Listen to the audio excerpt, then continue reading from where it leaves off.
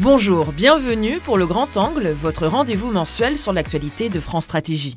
L'enseignement supérieur à portée de tous, c'est désormais possible avec l'arrivée des MOOC.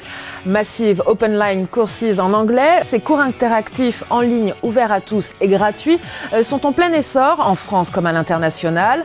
Un phénomène sur lequel s'est penché France Stratégie, car d'une dizaine de cours disponibles en 2011, on en décompte plus de 4000 en 2015.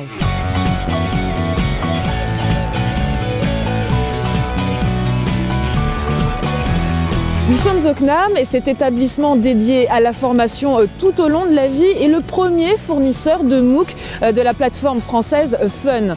19 cours ont déjà été réalisés ici au sein même de l'établissement qui s'est équipé d'un studio d'enregistrement. Visite.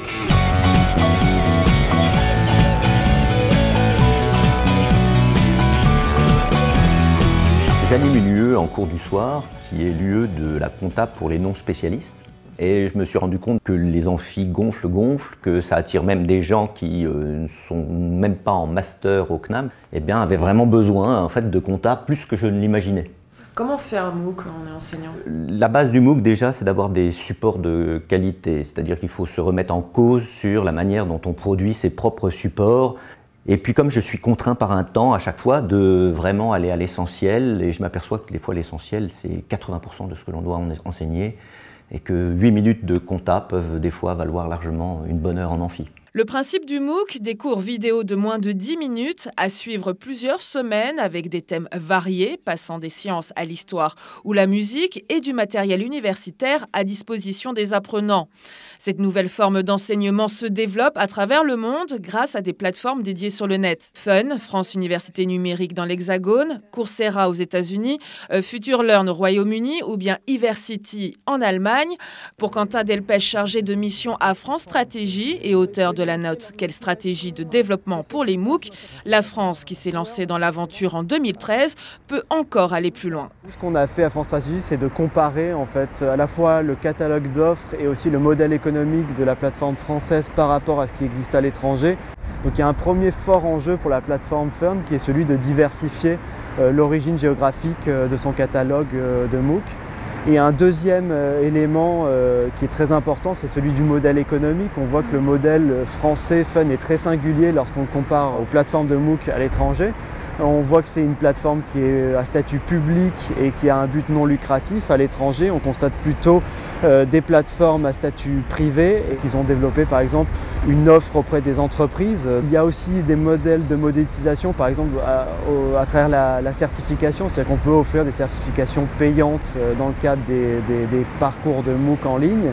Retour au CNAM pour qui l'expérience MOOC est un succès, comme le rappelle Philippe Dedieu, directeur national numérique au CNAM. Avec plus de 210 000 inscriptions en 2 ans dans plus de 80 pays, l'établissement expérimente aujourd'hui des moyens de financement pour la production de leur MOOC. Le CNAM a produit un MOOC qui s'appelle Désir d'entreprendre. Quand les universitaires marocains ont vu ce MOOC, ils se sont dit que c'était un bon sujet pour leurs doctorants et donc ils nous ont demandé d'en faire une version que notre jargon nous appelons SPOC, pour spécifique, donc qui est une version privée. Et donc, il y a effectivement eu du coup un paiement entre les universités marocaines et le CNAM.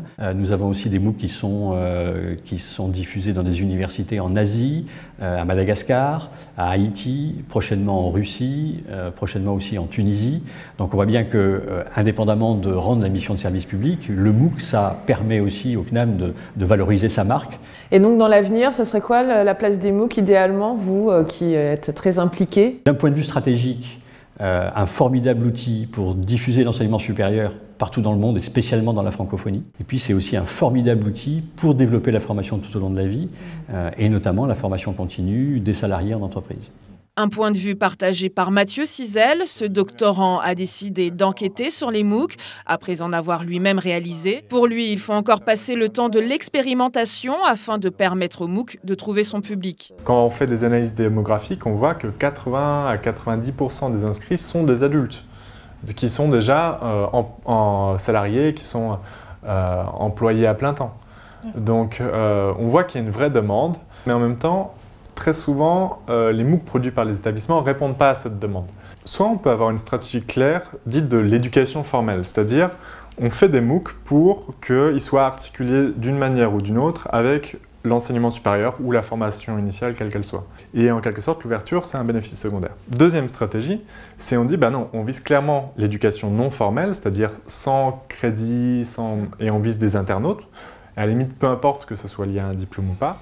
Les MOOCs européens doivent encore trouver leur modèle de développement. La Note de France Stratégie propose pour cela de cibler les publics francophones à travers le monde pour les établissements français, la création d'une plateforme européenne commune pour contrer les leaders américains, ou bien miser sur le marché de la formation continue. Des pistes pour capter un public encore plus large, car l'enseignement supérieur 2.0 est en marche.